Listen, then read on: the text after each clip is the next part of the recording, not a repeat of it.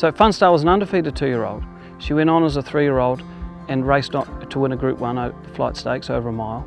She raced on as a 4-year-old and went on to beat 14 individual Group 1 winners. She's a mare that I think everyone's going to want to get their hands on. She was poetry in motion to watch work, to feel work. She's got a great free-flowing action, very even in her stride. She always gave a great feel to riders. She was effortless. I remember Chris reporting on her airway. She just had a huge set of lungs on her. That's why she had that turn of foot and she could sustain it. And the gates are back and they're off, and Funstar was the first head out of the gate. To be undefeated at 2 certainly shows that she was precocious beyond our expectations.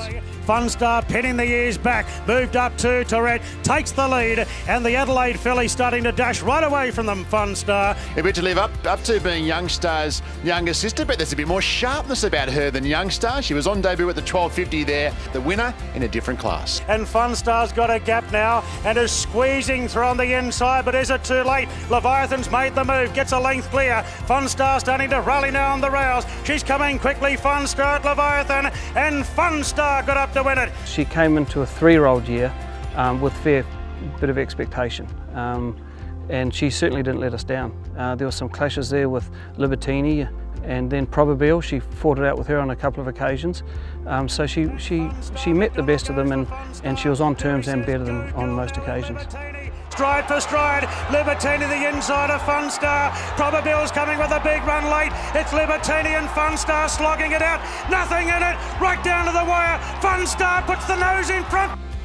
Ray Thomas actually asked you at a press conference, name the 3 horses you're most looking forward to, and I think this girl came out first. Yeah, she's a really talented horse and a lovely horse to work with. It's certainly a pleasure when you're getting up to horses like her in the morning. She dominated on flight stakes day. James went out there and rode with the utmost confidence. He took luck out of it and just took it to the front. Funstar going great guns inside the 250 and opens up 2 lengths now on Probabile.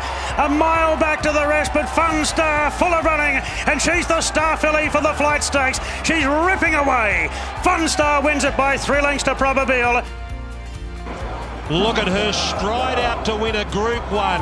Funstar wins the Daly Flight Stakes at just her 5th start. Chris Waller doesn't go the early crow early, but he certainly did with this filly. He told us how good she was after start 1. Today she just showed that she's the real deal. She's a super filly.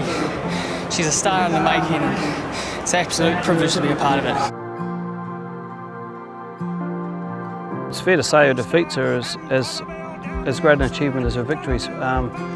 She was narrowly beaten by some fantastic horses in some really strong Group 1, Group 2 races. I mean, to get as close as she did to Very Elegant and Avelius, Colding. I don't think you can overstate what a good race filly Funstar was as a 3-year-old. You know, to run to time form 117 is exceptionally rare in the context of Australian racing.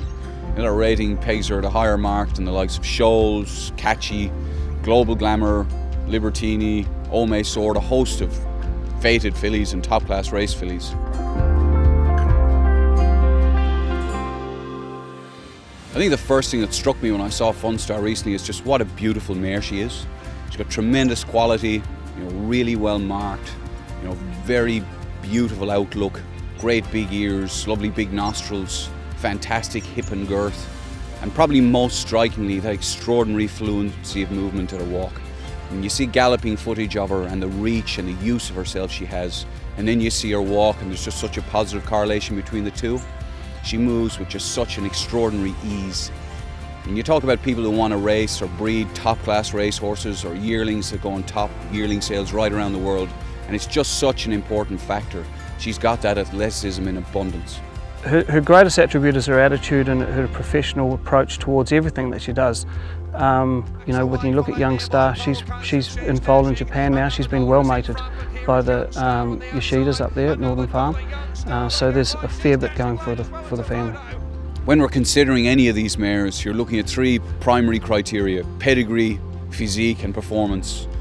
She's a top-class race mare, she's beautiful looking, and she's got what is arguably the most progressive pedigree in the Australian stud book. She's a half-sister or even closer related to a top-class race mare in Youngstar, who's going to be given every opportunity as a broodmare, having sold for 1.4 million at last year's chairman's sale.